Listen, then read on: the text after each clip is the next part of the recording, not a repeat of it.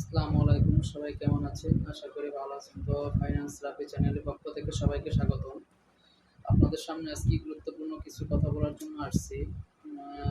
আজকে যে ভিডিওর বিষয়টা হচ্ছে যে এআই আসলে আমাদের কিবোর্ড থেকে পাসওয়ার্ড হ্যাক করে নিবে। এটা আসলে কিভাবে নিবে?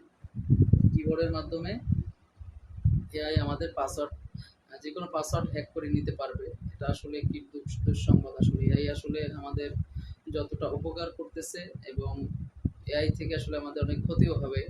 এটা আমরা আস্তে আস্তে বুঝতে পারবো সামনের দিকে যে আমাদের আসলে এআইটা কত পাওয়ারফুল, এটা আমরা আস্তে আস্তে দেখতে পাবো। এটা ভালো খারাপ দুটো দিকই আছে। তো এক্ষেত্রে এখন আমাদেরকে কি করতে হবে?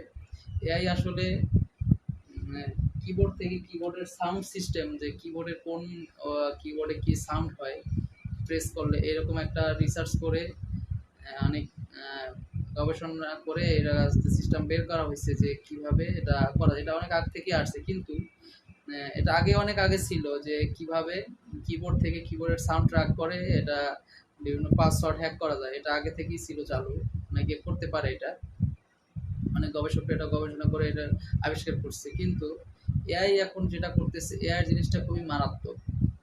এআই কিন্তু খুব নির্ভুলভাবে জিনিসটা করতে পারতেছে 90%। খুব সহজেই পাসওয়ার্ডটা হ্যাক করতেছে। এক্ষেত্রে আমাদেরকে এখান থেকে বাঁচার উপায়টা কি আসলে? আমি আসলে ভিডিওটা বেশি দীর্ঘায়িত করব না। আসলে মেইন কথাটাই আপনাদের জানার জন্য অল্পতে শেষ করব।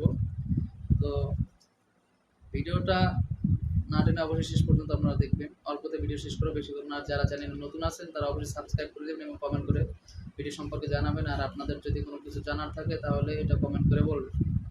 তো এখন আমাদের পাসওয়ার্ডগুলা এমনভাবে ইউজ করতে হবে যে এলোমেলো পাসওয়ার্ড দিতে হবে, যে কোনো আহ, খুব সহজে, মানে কোনো কিছু আমরা অনেক সময় ব্যবহার করি যে নামের সাথে ফোন নাম্বার কিছু একটা ব্যবহার করি, বা ফোন নাম্বার খালি ফোন নাম্বার দিই, বা আমাদের নাম দিয়ে পাসওয়ার্ড দিই। এইসব পাসওয়ার্ড আসলে অনেক রিস্ক। ওই ক্ষেত্রে আমাদেরকে ছোট হাতের বড় হাতের মিলিয়ে, মানে এলোমেলো অনেক অক্ষর মিলিয়ে, মানে অগোছালো অক্ষর মিলিয়ে আমাদেরকে পাসওয়ার্ড দিতে হবে। তাছাড়া সবচেয়ে আরও একটা বড় কথা হচ্ছে যে আমাদের পাসওয়ার্ডটা তো দিতে হবে শক্তিশালী পাসওয়ার্ড, স্ট্রং পাসওয়ার্ড দিতে হবে। স্ট্রং পাসওয়ার্ড দেওয়ার সাথে সাথে আমাদেরকে টু স্টেপ ভেরিফিকেশনটা আসলে সব ক্ষেত্রে অন রাখতে হবে। ইমেল বলেন, ফেসবুক বলেন, ইউটিউব বলেন, যে কোনো কিছুতে আমাদের পাসওয়ার্ড ব্যবহার করার সময় আমরা টু স্টেপ ভেরিফিকেশনটা যদি অন করে রাখি, টু স্টেপ ভেরিফিকেশনটা অন করে রাখলে আমাদের পারমিশন লাগবে। আমাদের পাসওয়ার্ড যদি কেউ হ্যাক করে নিতেও পারে, তাহলে ওই ক্ষেত্রে আমার পারমিশন লাগবে। ধরুন আমার ফেসবুক অ্যাকাউন্টটার পাসওয়ার্ডটা কেউ হ্যাক করে নিল, তখন যদি আমার কাছে টু স্টেপ ভেরিফিকেশনটা আমার ফেসবুকে অন করা থাকে, তাহলে অবশ্যই আমার কাছ থেকে পারমিশন নেবে যে একজন পাসওয়ার্ড আমার লগ ইন করতে পারছে, এখন আমি পারমিশন দিচ্ছি কিনা তাকে, এরকম একটা নোটিফিকেশন কিন্তু আমাকে দেবে যদি আমার টু স্টেপ ভেরিফিকেশনটা অন থাকে। তো টু স্টেপ ভেরিফিকেশনটা যদি আমাদের অন না থাকে, তাহলে আমার আসলে পাসওয়ার্ডটা হ্যাক হয়ে গেলে আমাদের আর কিছু করার থাকে না। আমার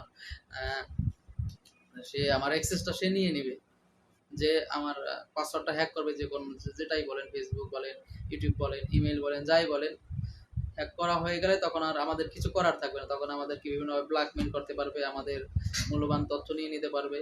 তো এটা আসলে অনেক রিস্কের জিনিস। তো আমাদের সবাইকে সচেতন থাকতে হবে যে এমনভাবে পাসওয়ার্ডটা দিতে হবে যেন আমার মনে থাকে এবং আমি কোথাও লিখে রাখতে পারি, বা সেভ রাখতে পারি, বা ফোনে স্ক্রিনশট দিয়ে রাখতে পারি। খুব শক্তিশালী একটা পাসওয়ার্ড দিতে হবে, ছোট হাতের, বড় হাতের এবং নাম্বার সব কিছু মিলিয়ে আমাকে এমন একটা পাসওয়ার্ড দিতে হবে যেন পাসওয়ার্ডটা কেউ হ্যাক করতে না পারে।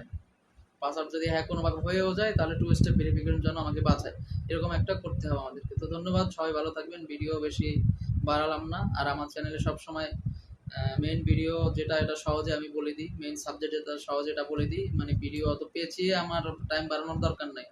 দর্শকদের আমি মেইন তথ্যটা দিতে পারলেই হয়েছে।